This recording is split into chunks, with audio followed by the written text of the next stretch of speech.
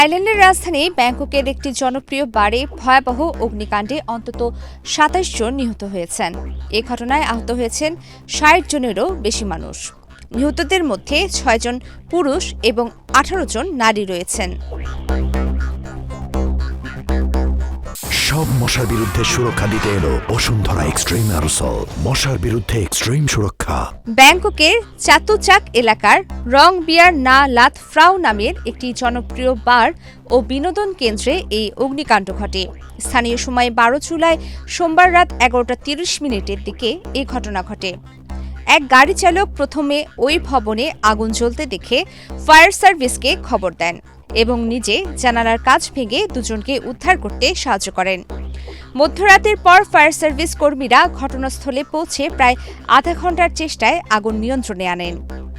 সামাজিক যোগাযোগ মাধ্যমে ছড়িয়ে পড়া ভিডিওতে দেখা যায় বারের প্রধান দরজা দিয়ে প্রচণ্ড গতিতে আগুনের লেলিহান শিখা বের হচ্ছে এবং মানুষ জীবন বাঁচাতে দিক বিদিক ছুটাছুটি করছিলেন।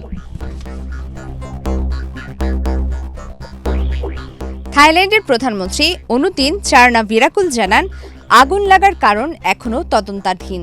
তবে প্রাথমিক তদন্ত ও প্রত্যক্ষদর্শী এক সঙ্গীত শিল্পীর দেওয়া তথ্য অনুযায়ী বারের মেন সুইচ বোর্ডে বৈদ্যুতিক গোলযোগ থেকে প্রথমে আগুনের সূত্রপাত হয় এবং একটি বিকট বিস্ফোরণের পর তা দ্রুত পুরো বারে ছড়িয়ে পড়ে।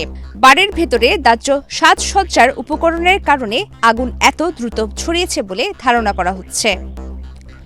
প্রধানমন্ত্রী আরও জানান, আগুন লাগার পর অনেকেই ভবনের মূল ফটক দিয়ে বের হতে না পেরে পেছনের দিকে চলে যান এবং ধোঁয়া ও আগুন থেকে বাঁচতে টয়লেটের ভেতরে লুকিয়ে আশ্রয় নেন।